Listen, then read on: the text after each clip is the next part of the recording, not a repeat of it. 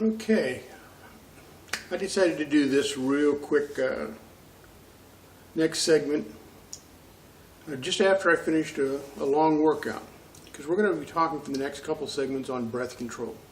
It's an extremely important thing for us to be able to master, and that is breath control. Right now, after working out, it's a little harder to get my breath control, but I can work at it and get it to where I can control it again, where I can take in easy deep breaths and relax them out.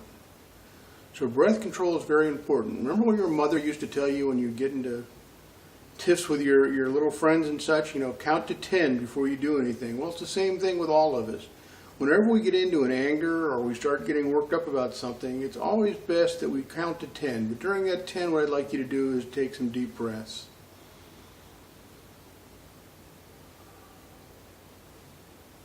What it'll do, it'll calm you down, it'll get a lot of oxygen, it'll get a lot of blood flowing in the brain that'll allow you to get some very clear thoughts.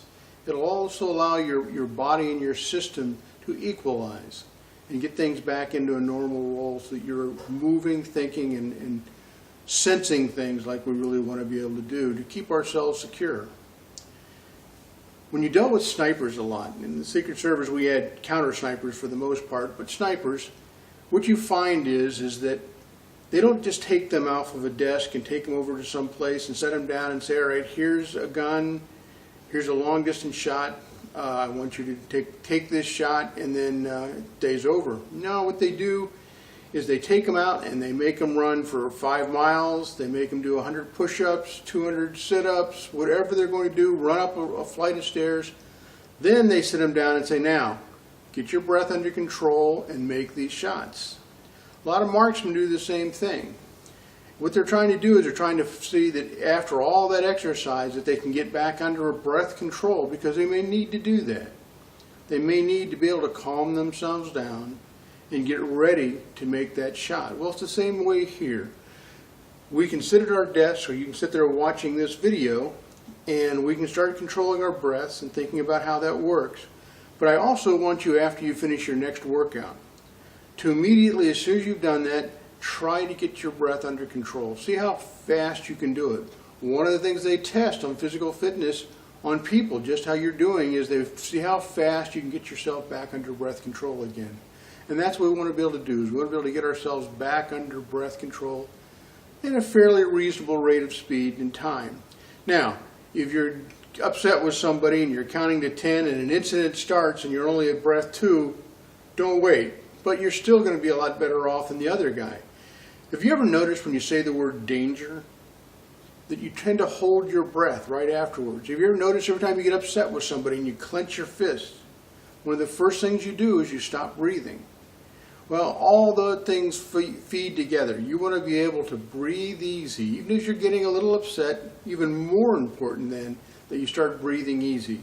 If you can control your breaths, keep that air flow going, you're going to find that you're going to have your muscles much more relaxed, you're going to have your neck much more relaxed, you're going to have your facial muscles much more relaxed, and more importantly, you're going to have your brain much more relaxed.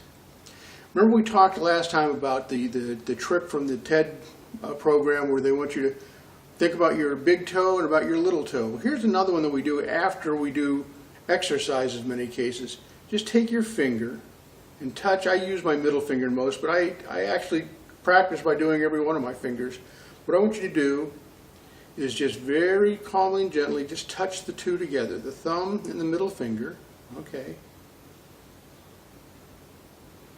Now take a couple deep breaths.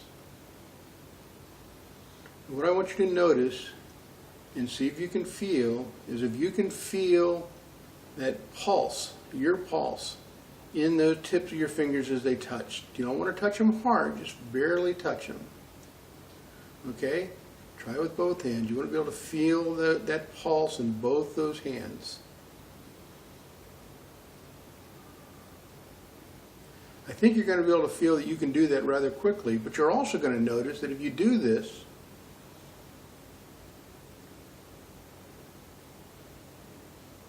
when you get control of your breath, you're also going to notice that your pulse rate is going to start to drop also. You're going to be able to control that a lot better. It's going to just go down right the same way as you get that easy breath going. You're going to find that pulse rate also goes. You're also going to find another thing, though. You're going to find that it's going to be very tenuous to feel that pulse at times, because the calmer you get, the lower the blood pressure goes, the less you're going to feel that in those tips of those fingers. But you're still going to do it because at the same time your senses are getting bigger. And that's what we're looking for, is getting our senses to the best they can possibly do. So what you're going to do is you're going to hold them together, and you're going to feel that pulse. If you like these two fingers, that's fine. It still works. And this one. You may need to, at the beginning at least, to close your eyes and just think about it. Get the senses going, and you can feel that pulse coming from the fingertip, traveling down through the thumb. Just that circle and that pulse always going there. And that's what we're looking for. And that's what we're going to try to do every time we do an exercise. Here's one for you to try also, is reality is not all it's knocked up to be. If you go to a movie theater and you hear people scream during those very, very tense points, you'll also notice that you yourself, in many cases, are holding your breath. Well, it's the same way in a bar fight. If I watch a guy getting ready in a bar fight, many times I can tell you that he's got his fists clenched and he's got his breath held.